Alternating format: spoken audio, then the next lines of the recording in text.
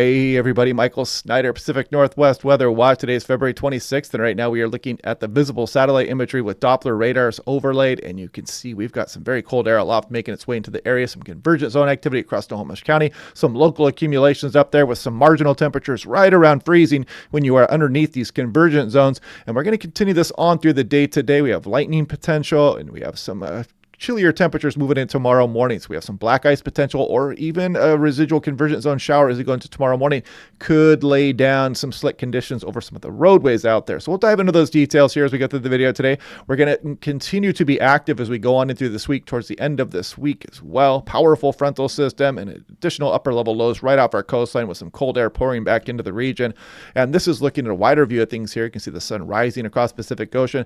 Check out that cold air spilling back down into the Pacific Northwest, bringing those big mountain snows here and some lower elevation convergent zone activity. Then Alaska is really going to dump a lot more cold air out over the Pacific Ocean here over the Gulf of Alaska and keep impacting us all the way on into next weekend.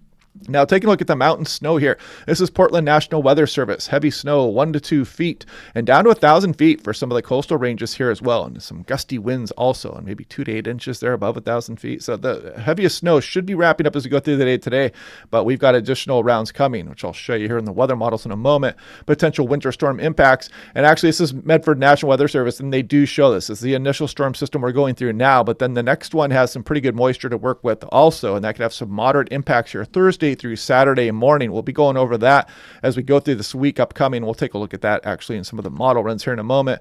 Heavy mountain snow, additional snow through 4 a.m. Tuesday. You can see we're still piling it up across the Cascades. Not expecting much across the basin out there for eastern Washington, but as you get towards Idaho and Montana, higher terrain, then the snow picks back up again. Some of the Blue Mountains as well. Generally Pullman and Lewiston, maybe a little bit of snow as well, generally under an inch.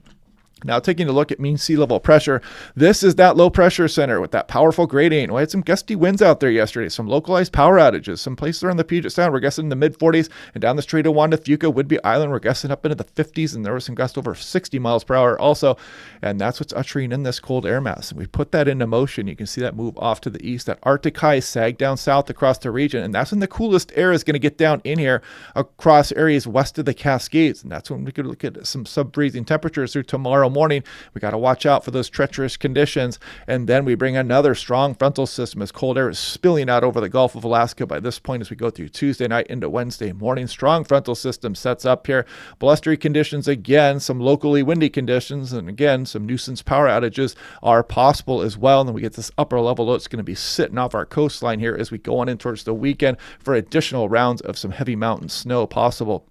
Now we're looking at 2,500 feet up in the atmosphere, wind speed, and you can see Washington, Oregon, British Columbia here. Check out the convergent zone activity that's going to be going on during the day today. You can see it coming down the Strait of Juan de Fuca as we go towards the afternoon, down the Strait of Georgia, through the Chehalis Gap. We have a thunderstorm potential with that as well, some snow pellets, some lower elevation snowfall as we go through tonight with any residual convergent zone activity here across western Washington. A lot of cold air aloft will continue to be spilling into Oregon with the mountain snows ongoing and some lower elevation snowfall across the coastal range. And if we put this into motion, you can see this will be wrapping up a bit here as we go through Tuesday morning, but that's when that colder air is going to be sagging down south into the area. So anything left falling out of the sky could be frozen at this time, and anything left across the streets will be icing up. Some areas across western Washington could even dive down into the upper 20s and maybe some freezing temperatures for the Willamette Valley as well. And then we scroll off in towards Tuesday night, and you can see the next frontal system really start to blast in here. Some locally windy conditions are possible on the coastal areas. Portland maybe 40, Seattle 40, 45, some locally higher gusts out there as well. The weather models are showing this very strong frontal system driving down that marks the arrival of this very cold air aloft, driving down across the Gulf of Alaska. And you can see the upper level low by the time we get towards Thursday afternoon, right off the coast of Haida Gwaii there, western BC right here.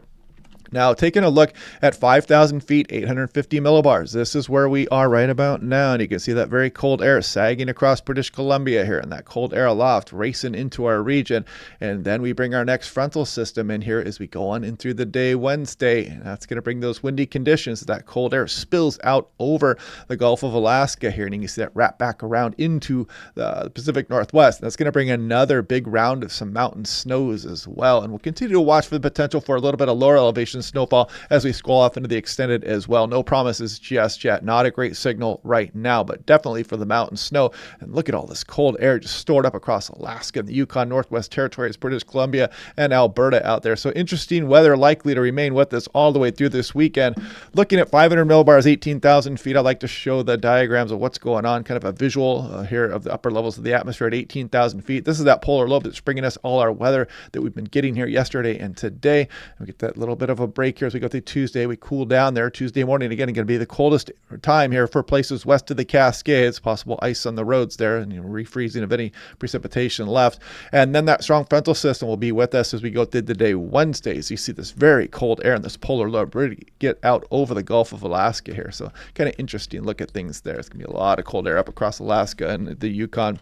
Now, taking a look at Alaska and Washington, this goes for the BC coastline as well. The Pacific Ocean is not that warm, but it's relatively warm, especially to that very cold air that moves above it out of Alaska. And that warmer, moist air rises into cold air, condenses into clouds, and then it's further lifted once it hits the terrain here across BC, Washington, Oregon, all the way down through California as well. And it can really make a prolific snowmaking machine. So you can imagine that very cold air. It's modifying when it's close to the surface there, but it's picking up moisture with it, and it's going to dump that moisture into the mountain ranges in the form of snow. So taking a look here, this is as of today, and you can see we do warm up a bit here this afternoon, maybe up towards 40 degrees for a lot of areas. But then tonight, we're going to have some convergence zone activity here. And again, we could get some lower elevation snowfall teasing out in some select areas that do get under some convergence zone activity, especially once you get back into the foothills and some higher terrain, of course, across the mountains. When any of that falls, it's going to be in the form of snow pellet shower. There's a thunderstorm potential here through about this afternoon into the early evening, and then that wanes as we go through the night. But watch what happens as we go into Tuesday morning. Look at some of these temperatures. You're dropping down to the upper 20s for some areas of western Washington, some areas right around freezing or just below. So whatever is on the road could be freezing up, and tomorrow is probably the only chance of that tomorrow morning. But look at that, it has Seattle down into the upper 20s here, so that would definitely be cool enough to freeze stuff up. Anything left on the roadways out there, you got to watch out for Tuesday morning tomorrow. Now, looking at 80 meter wind speed, I want to show you it's going to go on this afternoon. So here we go. This is about noon. There's 1 o'clock, 2 o'clock. You can see these winds coming down the Strait of Juan de Fuca and still coming through the Chehalis Gap, kind of meeting up across the Central Sound. That's when we're going to have a thunderstorm threat here this afternoon. You can see the winds coming down the Strait of Georgia as well. Some interesting convergence zone activity as we go through tonight and kind of see these northerlies trying to push down. Still some westerlies going on here, especially when you get away from the water and the higher terrain. You could really be piling up some snowfall there across some of the region. And again, you can't rule it out for some of the lower elevations, the Puget Sound as well. Now, taking a look at composite reflectivity and type, let's put the HRRR through the motions here. The high resolution model, you can see as we go through this afternoon, we start to pick the shower activity back up again, some convergence zone activity across some of Skagit and maybe Whatcom County there, Snohomish County again.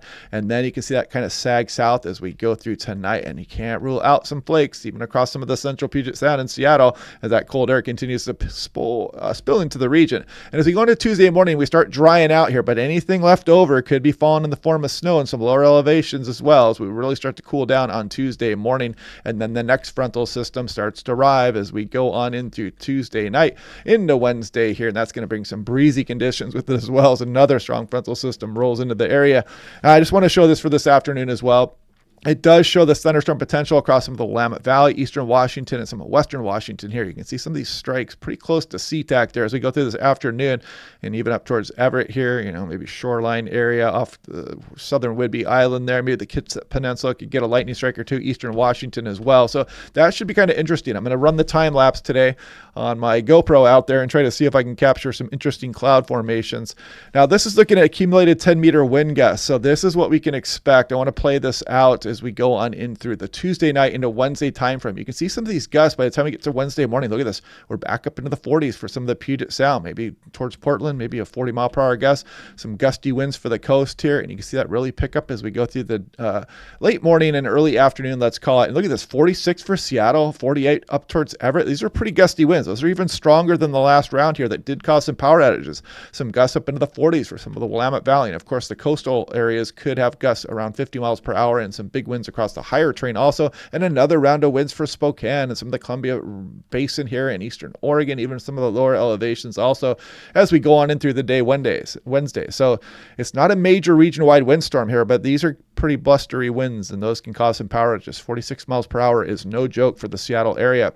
So this is what happened yesterday, and this is peak wind gusts. SeaTac topped out at 45. There were some 45-mile-per-hour gusts here between Everett and down towards the Snohomish-King County line there. Seattle proper was getting up over 40, and you can see the big winds across Whidbey Island. I think that's Race Rocks here. It is 69. So, some pretty good winds were out there yesterday, and we're going to repeat that again and probably even bump up some of these totals here, maybe across some of the Puget Sound as well. A little bit more widespread windy conditions with that next frontal system, and this is down towards Oregon here as well. Waiting for that to update here, but you can see not too bad this last round here for the Oregon coast or the Willamette Valley, but some higher wind gusts across the higher terrain and as you went on east.